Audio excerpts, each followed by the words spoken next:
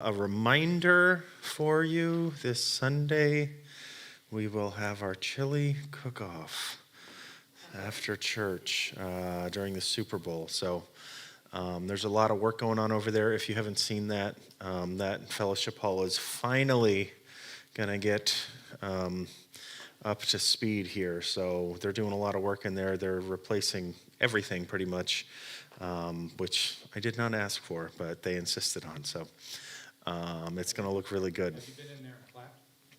No, I'm sure it's awful. Yeah, we had the room gutted like that one time before, completely stripped out. So yeah, it's bad. We're going to have to figure out something for the sound deadening, but it'll be halfway put back together for Sunday evening, but I have been assured that we will at the very least have lights and no dust. So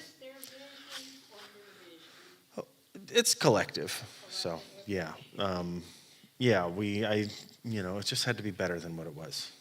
We can't keep on. Yeah. Whatever's best for the church. So that's exciting. So make your best chili and bring it in, or if you just want to come eat some, that's fine too. Okay, fair enough. Watch out for Jessica towards the end of the night. It gets to be a lot. Last year we had, I was trying to remember with Fran just a moment ago, I think we had like 14 pots of chili. And I tried just about all of them. And not a whole bowl, obviously, but maybe not obviously, I don't know, but it wasn't a whole bowl. But by the time you're done, it's like, my goodness, I can't eat that much. Allison almost sat on this side with you, and then Jessica just thwarted it. She said, no, come over here. Well, it takes a strong person to hold up one side. Yes. Amen. And if anybody can do it, it's you, girl. Next Wednesday is Valentine's. It is Valentine's Day and Ash Wednesday, I believe, too, isn't it? I think it is Ash Wednesday and Valentine's Day. So we will skip it so as not to put any men in any kind of undue bind. What's that? Yeah. Yes, so we'll announce that on Sunday as well, but we made a decision. I don't remember with who. Somebody said, Wednesday's Valentine's Day. Should we cancel Bible study? Richard. And I said, yeah, we probably should. Was it Richard? I don't know. Somebody asked me. So yeah. But I think it's Ash Wednesday too, which is sad because we had a really nice Ash Wednesday service last year. I need somebody to remind me what day it is all the time. I have a wall calendar. Things are improving. All right, we're getting way off topic now. But yeah, that's all good. I think that was the only thing that I just kind of wanted to remind you guys about. It's coming up. It's going to be fun. Even if you don't make chili, even if you don't like chili, come. It's a good time. We have the Super Bowl on. We'll have bounce houses. It'll be a good old time. So hope to see you all there. Here we go. Back into our study in the book of Revelation. And you might remember that last week we were in chapter 8, and we looked at the beginning of chapter 8 was the seventh seal, which led into the trumpets and the seven trumpets. And basically, I tried to find a really good diagram that would translate, like one of those maps of the book of Revelation that would translate nicely onto this screen here. I'm still looking, but I'm starting to kind of perceive that some of you are feeling a little bit like lost, like what is going on? And it is helpful just to have, that's why they always make these charts, because there's a lot of stuff going on, just to have one to kind of reference, not that any of them is perfect. I can give you the graphic from the Revelation book. You can? Yep. That would be helpful. There you go. You have not because you ask not. So we'll have it not next week, but when we meet after that, and on the 21st, I guess that would be, we'll have a little kind of roadmap for you to kind of help everybody get oriented. But you remember, well, let's just move through the slides. The purpose, always reminded of the purpose, which is to remind God's suffering people of the victory of Jesus Christ over the power of Satan. So that is Revelation is the answer to the cosmic drama that has been going on from Genesis, when the serpent originally enticed humanity to come away from God and plunged the world into sin, and that fighting that was going on, the enmity between the serpent and the seed of the woman, that was projected right there at the beginning of the book. Revelation is the close of that drama, and it reminds us that Jesus wins. So that's the purpose, not to scare anybody, not to, be any kind of weird. I was thinking about this week as I was kind of preparing for this study, but it's kind of an off-color sort of reference, but there is this idea of this thing that people call doom porn, and I'm not sure if you've ever heard of that, but it just has to do with, essentially, there is this obsession sometimes that people have with destruction and with doom and with fear, and it is that kind of thing that's inside of every single one of us, that when we drive by a car wreck, you're just like helplessly like looking, and then maybe there's even been a time in your life at some point when you've kind of been like, oh, I wonder how bad it will be, with almost a little bit of excitement at what you might see. I don't know if anybody else has ever felt that way, but there's been a time or two when I've been pulling up on a big wreck and I'm like, wonder how bad this one's going to be. I worked at the fire department, so I saw all of it at one point or another. And not that you're ever hoping that anybody is hurt or anything like that, but this weird kind of thing in us that is like, I wouldn't mind seeing a car like smashed into a bunch of pieces or whatever, and then you like can't help. But I mean, do you guys know what I'm talking about? I'm not completely what's sociopathic here or whatever, am I? But yes, and there is in this whole study of Revelation, and in the world that we live in today, with kind of the people who like to watch the prophecies and things like that are going on, there is from time to time this little allure of kind of seeing horrible things happening and kind of just being attracted to the idea of these horrible things, this weird kind of like draw that has on us. And that is always kind of, it's interesting. You wonder how much of that isn't part of the appeal of these types of studies. And I'm not accusing any of you of that. I'm not saying that any of you have ever hoped to see a really bad accident. But that comes in with all of this, but that's not the purpose of the book. The purpose of the book is not to tell you all these crazy things that are going to happen, but it is to be a reminder and an assurance for us when the crazy things start to happen, just like we saw in John when we did our study there. So really quickly again, you have John's vision of Jesus there in chapter 1, the letters to the churches, the courtroom scene that we see there, and then the seals being broken on that scroll that are unleashing certain judgments, or at least kind of the warnings or the tremors of the judgments, depending on how you want to see that. And then we see that scene back in heaven again in chapter 7. And then when we move into chapter 8, the seventh seal is finally broken, and now unquestionably things are starting to happen on the earth. Perhaps maybe just in Jerusalem, perhaps all across the earth, but things are happening. And we looked last week at the first two trumpets.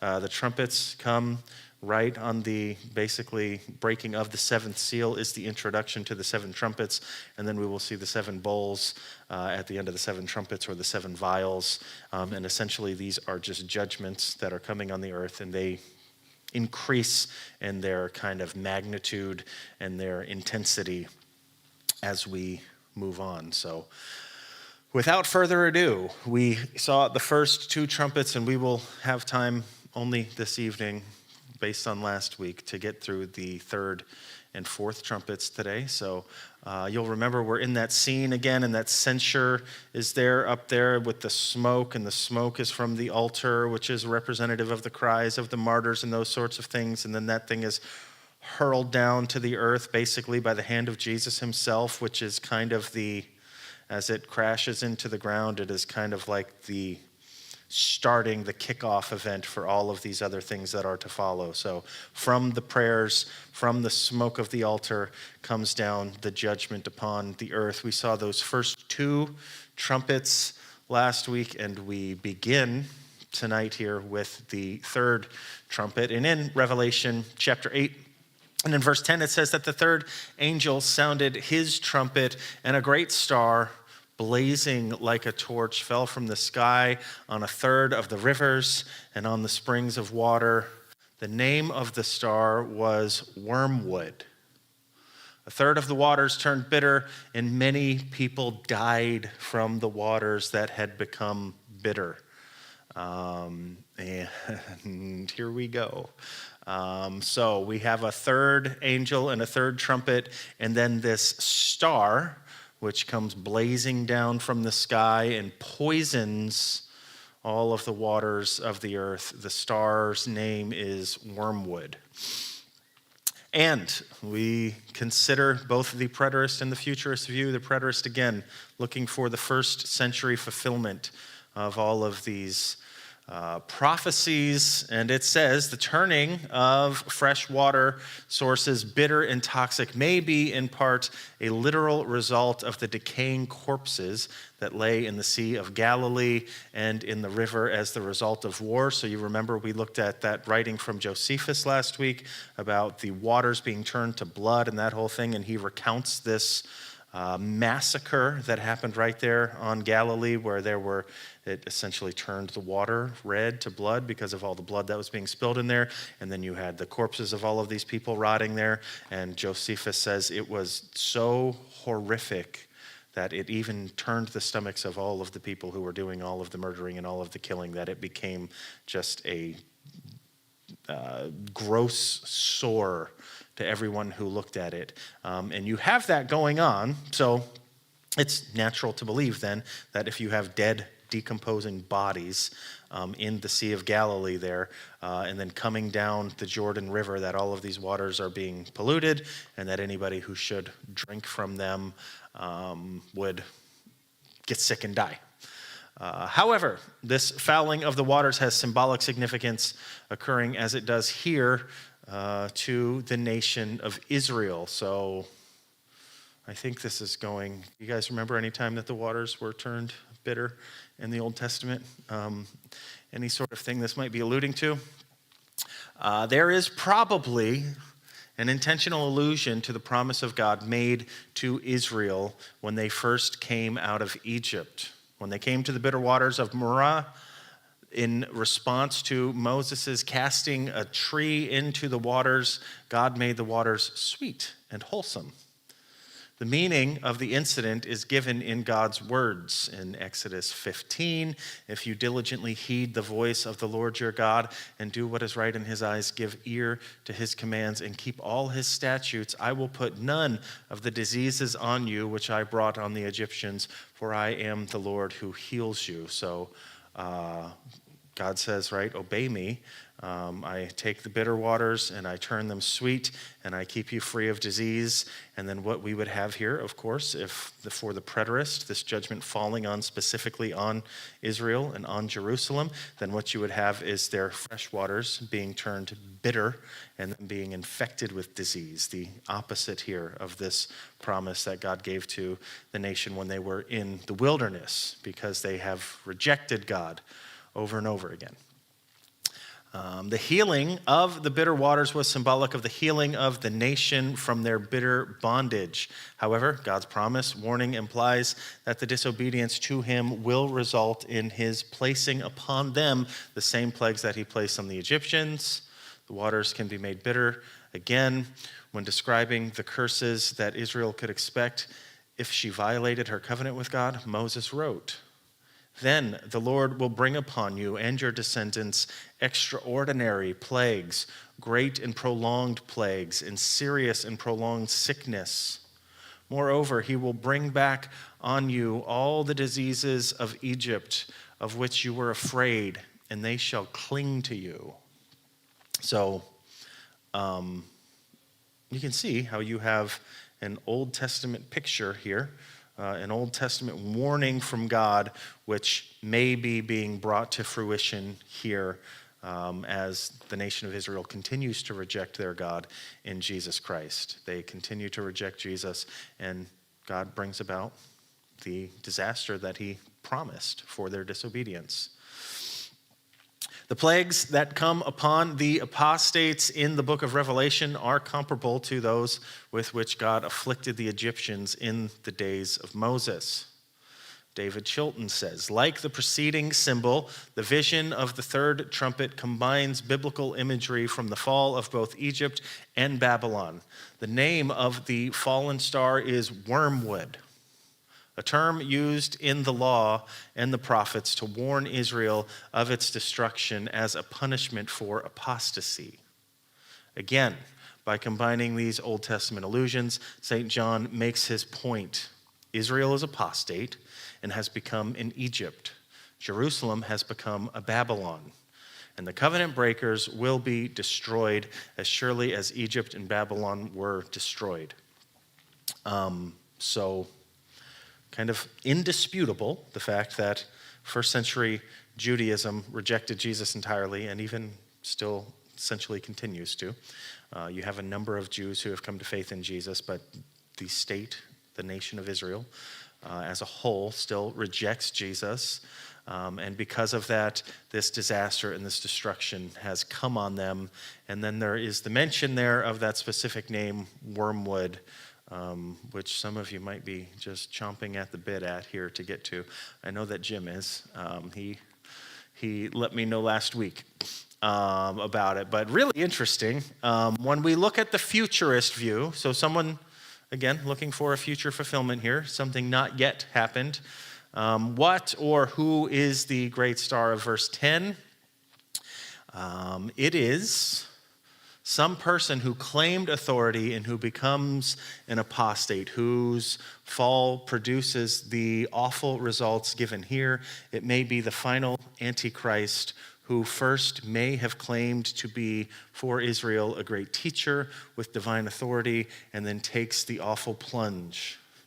Wormwood is his name, and the waters become wormwood and bitter. It stands for great corruption. So this being a wholly symbolic interpretation of this star falling down, there's reason to believe that stars are symbolic of leaders. I think we even saw that just last week, I believe, that we were looking at that imagery, that stars and these celestial bodies can be symbols for political and even religious leaders. So if you see a star falling, it could be a very prominent or very significant religious leader who we might see fall sometime in the future.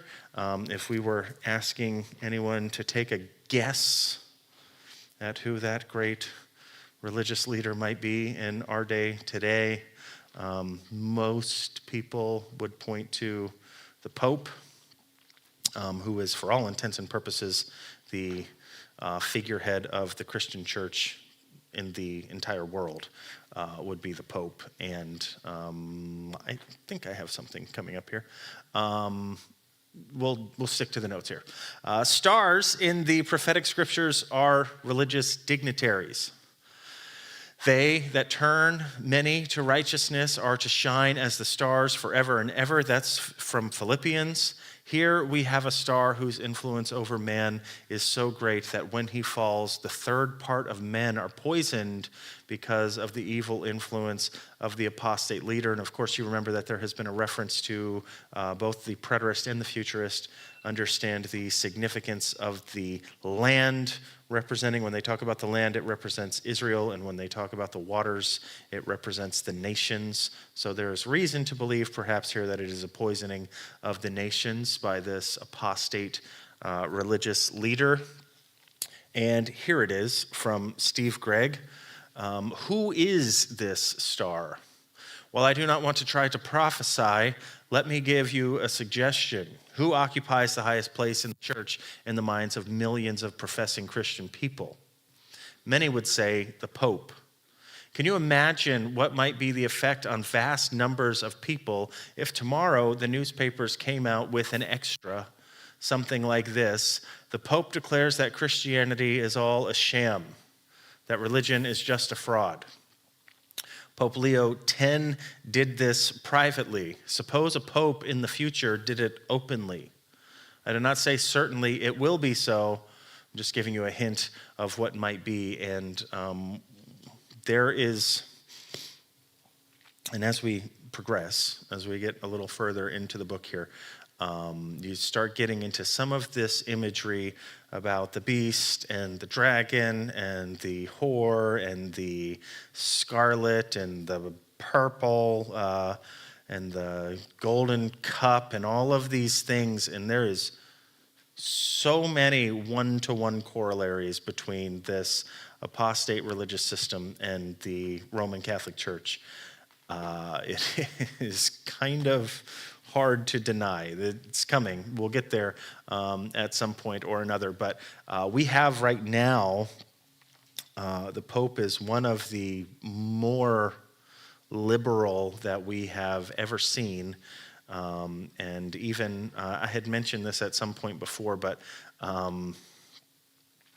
I don't know how extraterrestrial life might affect the end of the world here on Earth. It's becoming more and more a topic of conversation that people are actually taking seriously, so much to the point that they asked the current Pope if aliens ever landed here and they came to you, would you baptize aliens into the Catholic Church? And the Pope said, his response was, if aliens landed here, they should baptize me, because they would be the ones who would have the real answers to these kinds of questions, which basically just kind of lets you know that he is not standing on sure footing with his religious convictions, that he would hand those over to some other being. I don't care where you come from. Paul said anyone who preaches a gospel, anything other than Jesus Christ, is to be accursed, and that's pretty explicit. So that's a thing that really happened. So I'm not saying that aliens will land here. I have my whole own idea about aliens, and should any weird things ever start showing up and walking around. When we get to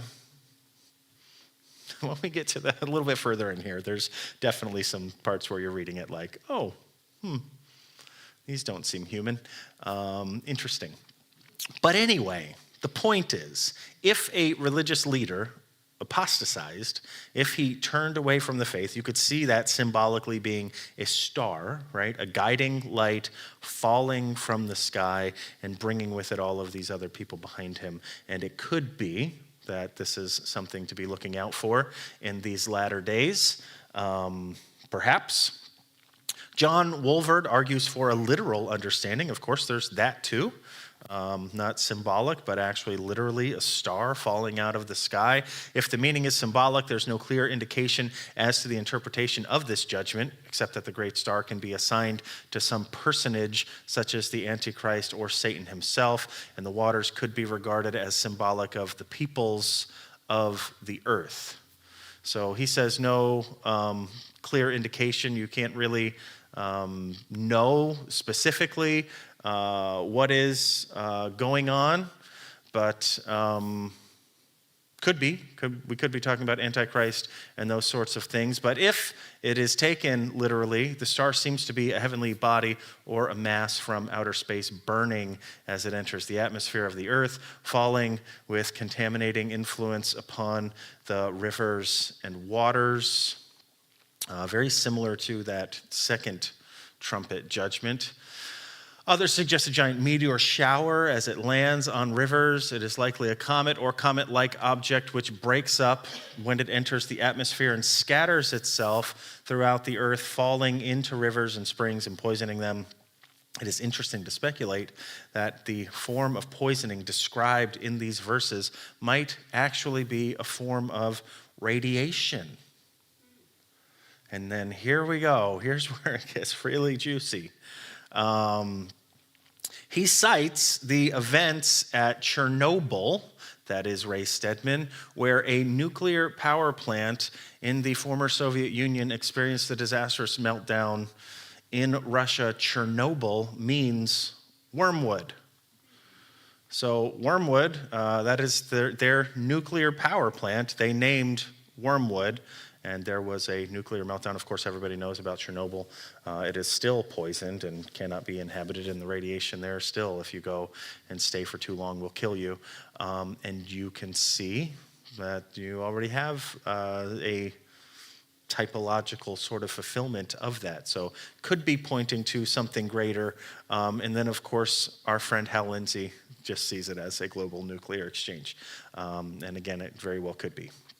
Nuclear war could explain much of the imagery that takes place in the book of Revelation. So we can't count that one out.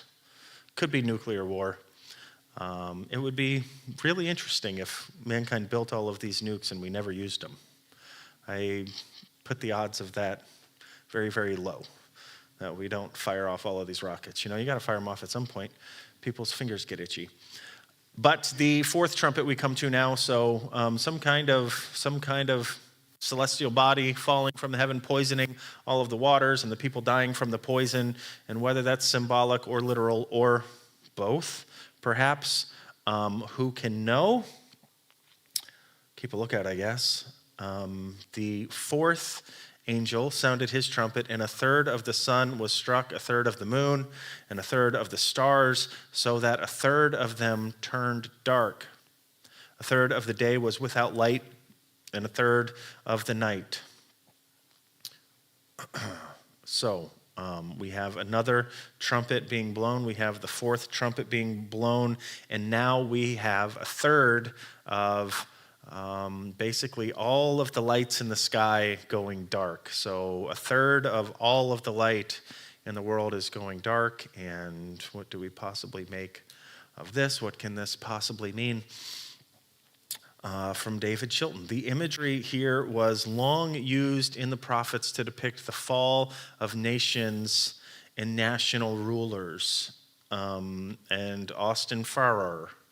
Ruler after ruler, chieftain after chieftain, and the Roman Empire and the Jewish nation was assassinated and ruined. Gaius, Claudius, Nero, Galba, Otho, Vitellius, all died by murder or suicide. Herod the Great, Herod Antipas, Herod Agrippa, and most of the Herodian princes, together with not a few of the leading high priests of Jerusalem, perished in disgrace or in exile or by violent hands. All these were quenched stars and darkened stars. So, again, celestial bodies representing religious and political leaders. I'm not sure if anybody did the math on if this is actually a third of them, but of course, if you're familiar with your Roman history, you know that countless Caesars were murdered, were stabbed in the back. Famously, of course, Julius Caesar. That happened all the time, all over the place. And then with Herod, if you guys aren't familiar, I think we have covered Herod at some point in here or another. I think we had it in the video that we watched around Christmas time. But Herod was a complete lunatic who murdered half of his own family, killing his own children and a couple wives, I think. And it was not uncommon in the ancient world for political leaders to call for assassinations and to be assassinated. So, that, a first century interpretation, if you're looking for that. What does this mean that all of these heavenly bodies are darkened? Well, it's kind of a weird idea that like a third of the sun and a third of the moon are darkened. Like, what does that even mean? So it's obviously some kind of symbolism that's going on here, but perhaps it is that a third of all of these political leaders had died. That's the best guess from the preterist. The futurist would say symbolically, the diminishing of the heavenly lights in this judgment may signify a reduction of the light of spiritual perception in the tribulation, a blinding of those who rejected the true light of the gospel to which they had been exposed.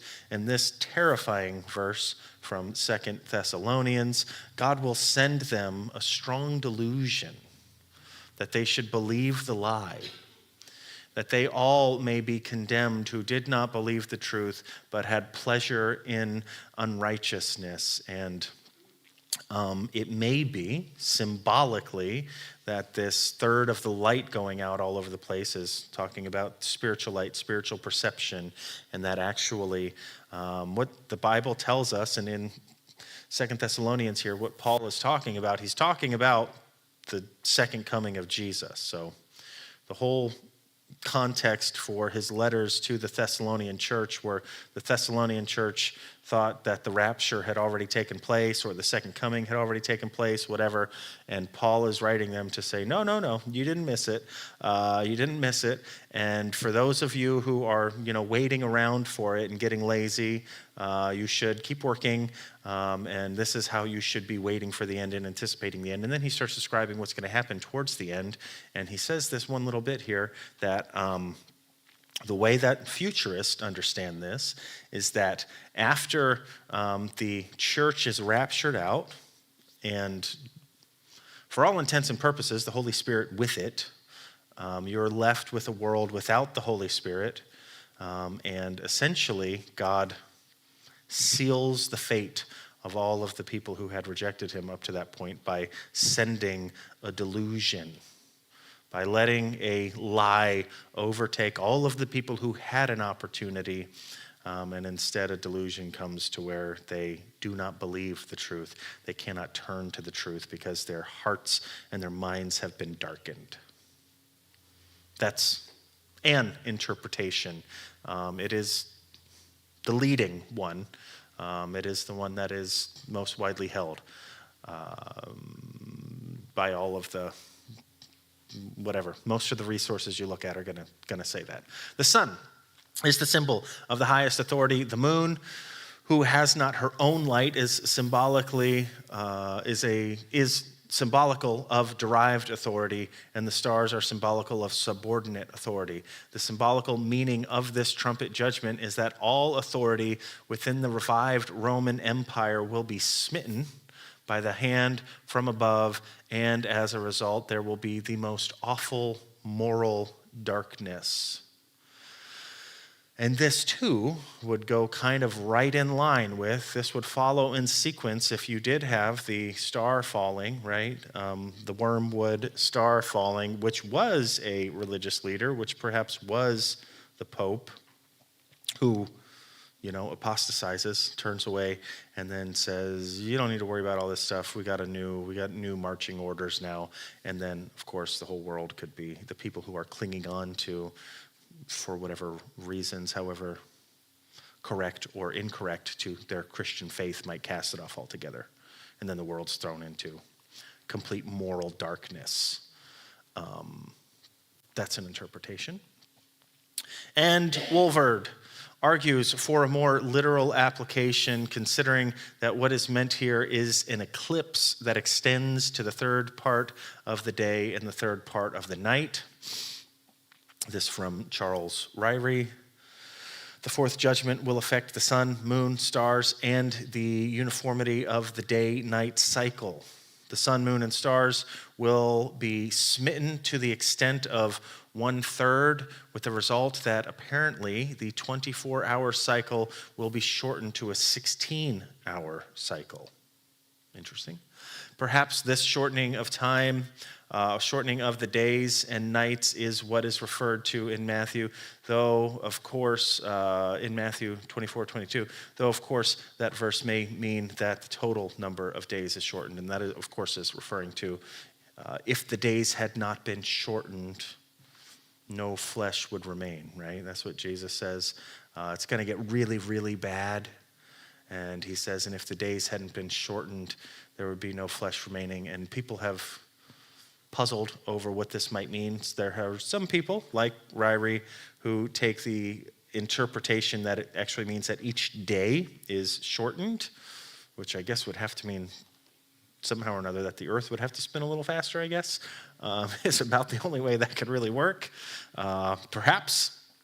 If it spun faster, we would stick to it more, right? It would feel heavier. We wouldn't fly off. I think we'd fly off if it slowed down. Is that how that works? I think that's how it works. Yeah, thanks. No, it's the other way around. Too fast, you get lighter. You would get lighter? Yeah, actually, and the earth would. If it was slower, we would get crushed into it more? Centripetal force. Yeah, but it's the because we're not actually standing. It's not like a surface that we're actually standing on. I'm gonna have to look it up. We'll go with Brett's for now. I'll concede the point, but I'm gonna have to look it up.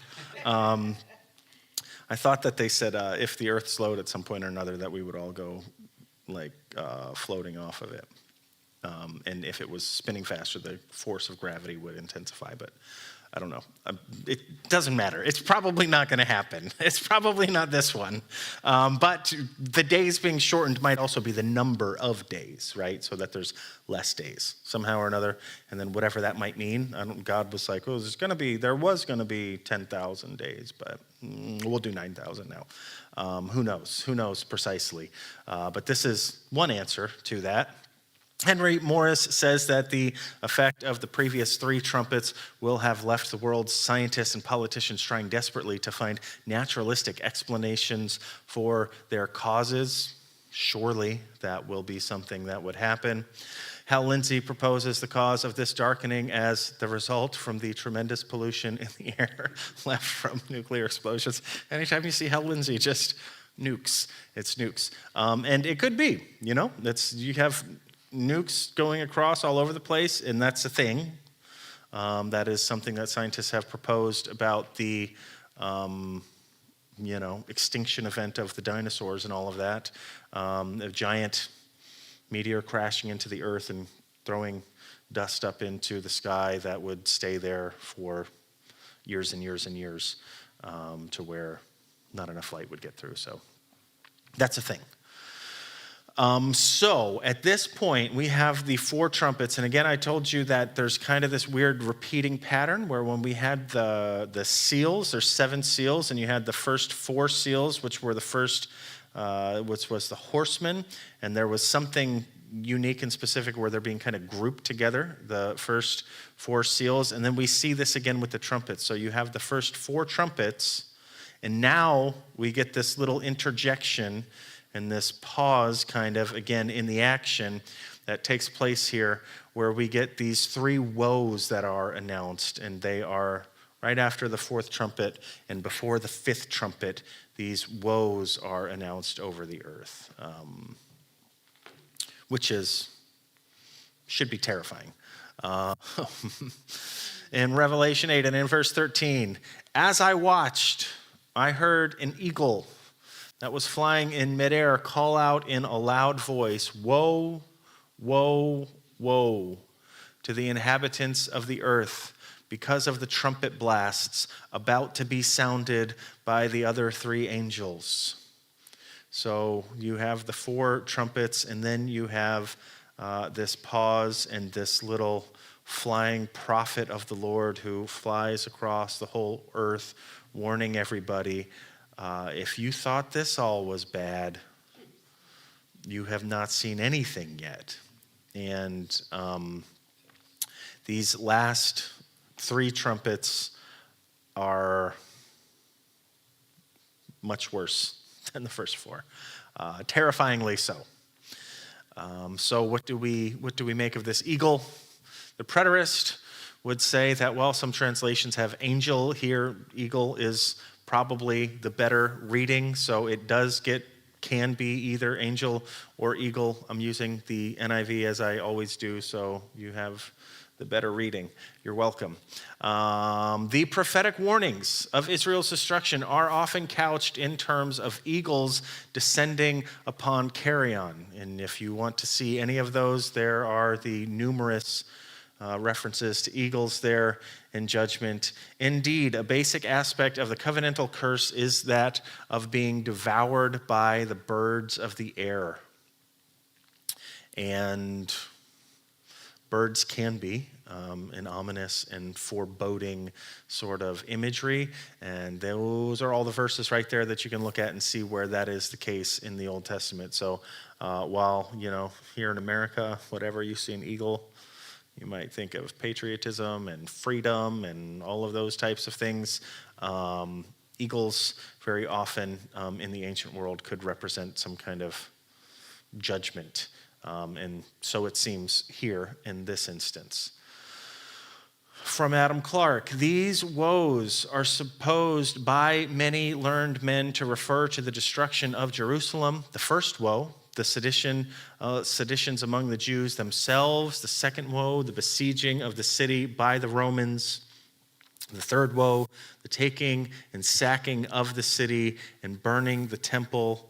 This was the greatest of all the woes, and in it, the city and temple were destroyed, and nearly 1 million men lost their lives. So, again, plenty of fodder and resources there from the ancient world account of the destruction of Jerusalem to fill in any kind of horrible pictures that might be taking place. The futurists say that whether it is angel or eagle meant here by John, most commentators feel that the identity of the announcer is not nearly as important as the announcement itself. Agreed. As terrible as the first 4 trumpet judgments were, the last 3 will be much worse. The first 4 trumpet judgments on the earth are physical in character. The last 3 are produced by spiritual forces. And this is where, like I said, it starts to get really, really interesting. All of the other things you can kind of find essentially naturalistic explanations for them. We either got nukes, or we got comets, or we got just wars. We got the Romans doing terrible things, and there's, ways to really look and see like, okay, this is all judgments falling on the earth. We can find earthly explanations for these, but as we begin to move into these next ones, it gets out of the realm of material and physical judgments and into the realm of spiritual sorts of judgments, and perhaps even spiritual enforcers of those judgments. So we'll take it as it comes. The first 4 trumpets are not only judgments in themselves, but warnings of the last 3 trumpets, which will be far more severe in character. And then Robert Mount says the transition is from divine warnings to demonic woes. It previews the ultimate excommunication of unrepentant man to the punishment prepared for the devil and his angels. And yes. So it seems that, and it was Janice. I was talking to Janice what was it, yesterday or something? And she said, you're giving us a lot of information, but she said, I wanted you to tell me what I'm supposed to think.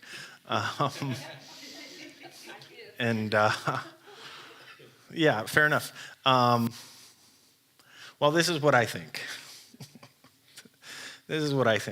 Again, I'm presenting both of these views because I think that they both have merit, and I think that they both can be true. It's hard to deny the preterist, their position. It's very hard. But again, as I have mentioned in here before, you have typological events that have taken place through the whole history of the Bible. We were just going over one of them in class today. Even with the story of Abraham and Isaac and that sort of thing. It's like it's Abraham and Isaac. It's Abraham taking his son up onto a mountain to offer him as a sacrifice, but it's obviously Jesus too. It's obviously Jesus. And that event of Abraham and Isaac was pointing to Jesus on Calvary that would come some 2,000 years later, 1,500 years later. Pointing to that, right? So, the destruction of Jerusalem in the first century is a typological scene that is pointing to the future and the end of the world. Israel standing as kind of a representative of the whole world, and the whole world being the people that God would have to come to him if they did not reject him. And kind of what we get here at the end of the world, the end of world history, is what does it look like when mankind continues to reject God?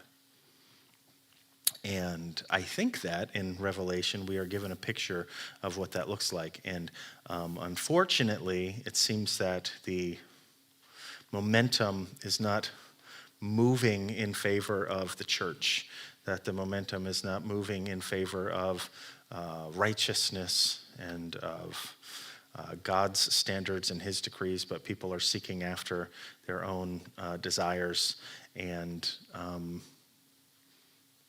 God's only going to put up with it for so long. However it shakes down, I personally believe, my personal belief, is that the Lord is going to let play out here on earth what is the desire of every sinful person's heart, which is life without you. We don't want your supervision. We don't want your laws. We don't want your commands. We don't want any of it. And at the end of human history, God says, fine. I'll leave you to your own devices. I will remove my restraining grace that has been here on the earth for so long, the moral law that I have written in all of your hearts that keeps even the worst of you from doing the worst possible things. I will remove all of that. And on top of that, all of those nasty, nasty beasts that I had, confined to a prison, I'll let them out too. And that is presumably what happens here, and what we see in the last three trumpets is the release of these spiritual forces onto the earth in a way in which we have never seen before, to essentially give the people what they have been asking for, which is life without God. And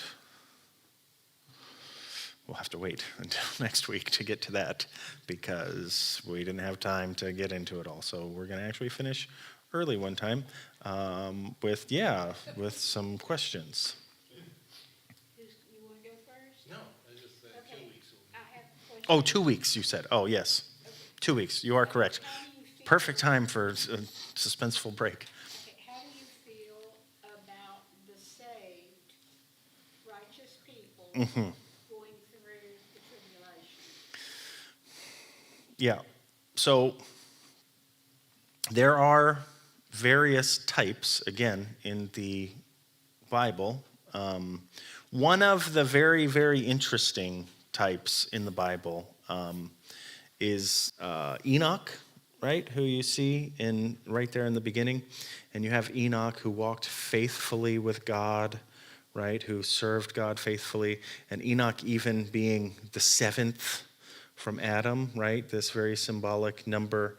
And Enoch, because he walked faithfully with God, it says he walked with God and then he was no more, right? He got raptured, right? He didn't have to die. God said, I love you so much, just come on up here. Just get up here with me. There's that. And there are various others. There's quite a bit of typology that might point to a deliverance from those sorts of things. But then you also, of course, have, I think, even more like frequently and overwhelmingly, is you have the stories like with the plagues in Egypt, and where all of this is falling onto all of the unrighteous people. And in the meantime, God's people are right there with them, but he's sparing them from all of that, right? You have that in Exodus. That's a type. That's obviously Exodus. The story of the Jews in Exodus is obviously a type of the church and our deliverance from sin. Then you have like the three boys in Babylon, Shadrach, Meshach, and Abednego, right? They are not spared from the fire; they are preserved in the fire. So, it is difficult to say exactly if it is God's judgments that are falling on the earth. They are not designed for his children, and he would not inflict them on us as his children. But it is not, the judgment of God that most of us would be concerned about anyway. It is the hatred of human beings. And that, again, is something that, while it might take a particular turn for the worse in the last days, that's something that's happening right now. That's something that's going on in the world all over the place. And all you need to do is look at people who are doing missions work in various other countries, and Christians are suffering horrendously right now for their faith. We don't need the tribulation to come for us to be persecuted and to be crucified. It's been happening for the whole history of humanity.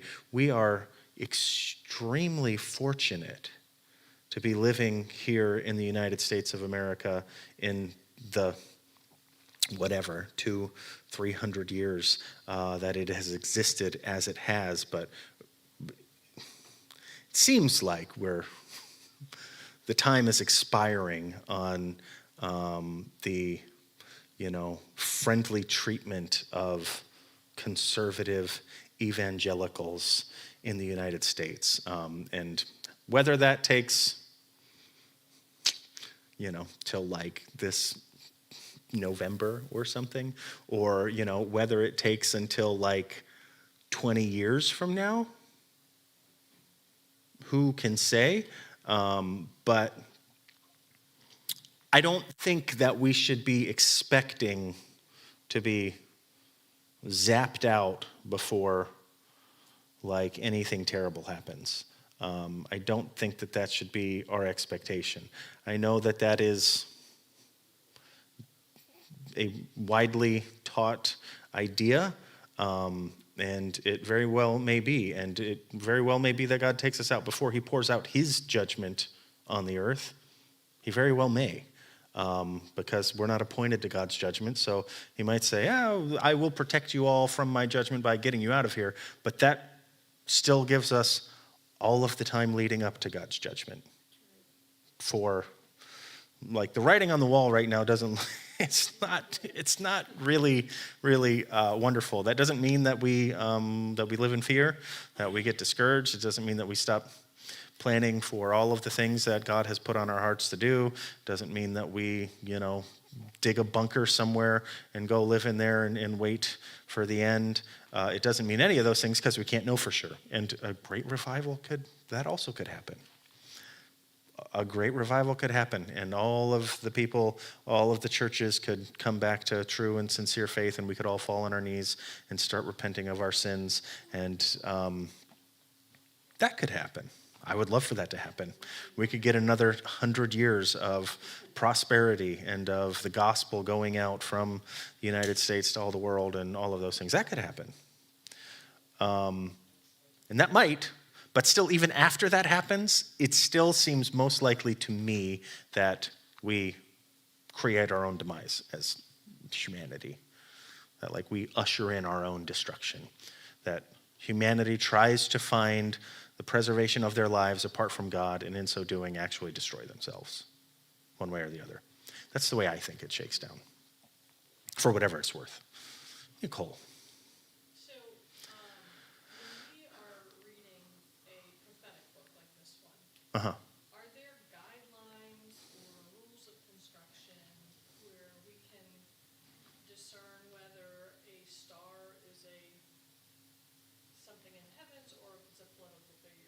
when is it symbolic and when is it literal? Is there any sort of rule that you can approach the book and say, oh, well, clearly that's literal or clearly that's symbolic? So in the apocalyptic genre, and just for anybody watching at home or who didn't hear that, she was asking the rules for interpreting prophetic books, namely this book of Revelation, and what is the tool or the signpost or the rule that we use to know, is the star a star or is it a political leader? And in the apocalyptic genre, which again is not having to do with destruction, but is having to do with revelation, a concealed message being concealed and revealed at the same time, interestingly, you can look at the genre that it is actually drawn from for indicators there. And that is where most of the scholarship looks to say, here's how this has been used in the past, and the symbolism of that. And even like when you get into all of those, which there were several references, the Old Testament prophecies and the Old Testament judgments that God's going to send, God uses those kinds of images, the sun being darkened and the moon being turned to blood before the great and terrible day of the Lord, from Joel, and those sorts of things. Interestingly, however, you have people who find literal fulfillments of those things. And namely, it would be in the crucifixion of Jesus, right? So the Joel prophecy, the Joel 2 prophecy about the day of the Lord and day of the Lord coming, and what that's going to look like. And he talks about sun being darkened, moon being turned to blood. Now, at Pentecost, Peter quotes Joel 2 specifically. He quotes it, and then he says, this is what Joel was talking about.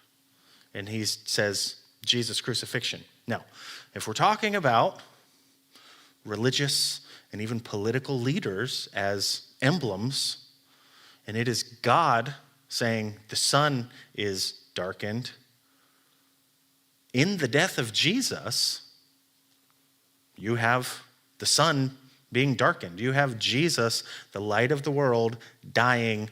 The sun is darkened, right? The moon turned to blood. The lights in the sky are gone. Jesus is dead. Peter says this is what Joel was talking about. However, there is a man who did a study, and actually, because the stars are fixed and our planet and all of that, you can reverse time. And he went through this great deal. We were going to try to watch it, but we ended up canceling everything during Christmas. But there's a documentary about the Star of Bethlehem, and this guy, through that study, finds this, and he actually argues for and reasonably demonstrates that on the day that Jesus was crucified, there was actually a solar eclipse and a lunar eclipse on the same day, which is, I don't know how often that's ever happened from any observable platform on the earth, but it must be extremely rare. But he sees those two things happen, and of course, solar eclipse, sun's darkened, lunar eclipse, the moon turns red. So you have the symbolism and the literal fulfillment of it there, potentially in the same act. So really, like, the answer to the question is, it's kind of like, I feel like the symbolic is always there. And even, I think when you go back to that thing with the Pope, if you're asking me, like the Pope, and is it a meteor or the Pope, apostatizing, like, I wouldn't be surprised if he's standing up there and giving a speech and talking about this is all a sham, and then a meteor, like, streaks across the sky right behind him and crashes into the earth. Like, that seems like, and this is, again, just kind of my own take on it, but it's like, this is, our human existence is perhaps what God has done on this earth with humanity and in redeeming us is maybe the greatest thing he's ever done. I mean, we don't know, like, what God did in and of himself when it was just the three in eternity past, but human history has got to be like in his top 5, probably, I would guess, maybe, of the things that he's ever done. I don't think that it's going to end and not be extremely dramatic and poetic and like jaw-dropping to where like people would be like, I cannot believe that all of this stuff is, and not just destruction, but like symbolically, like it is, how else can I show you? What other thing must I do to communicate this to you? I feel like that is kind of like what God is doing in the last days. So I think it's like, I kind of choose to see it as being both. The rules would generally be for symbolism and not literal, would be the general rules that are followed in scholarship. But yeah, I think sometimes it's like, if you can't get the word picture here, let me act it out for you. Might be what we would see.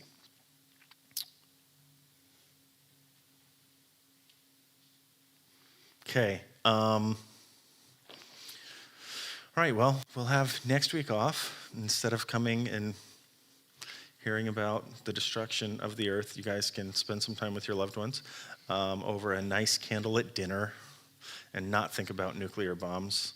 And then we'll get back together in a couple weeks and we will try to cover all 3 of those last eerie and crazy trumpets. But let's pray and we'll end basically on time. God, thank you for this time together. God, thank you for your word. Thank you for this prophecy, God, that you have given us, this telling, God, of the final outcome of all things. And despite any of the many colorful interpretations of what this all mean and what this all might look like, the one thing that we all agree on is that in the end, you win. And because you win, we win. And I pray, God, that for each one of us, we would walk in victory. That for each one of us, God, we would be encouraged at the reality of the fact that you have done it all for us already. God, that you have gone before us in every situation, that there is nothing that we would ever experience in this life and on this earth that you have not personally walked through in the flesh yourself. And God, when we find ourselves looking around for answers and when we find ourselves worried and concerned, God, we need to look no further than to you. And would you, God, just continue to encourage and uplift and inspire your people? God, would you give us a song in our hearts, God, and a spring in our step, and may we look forward, God, to the day, whenever it comes, the day that you roll up the sky like a scroll, Lord, and you take us to be with you.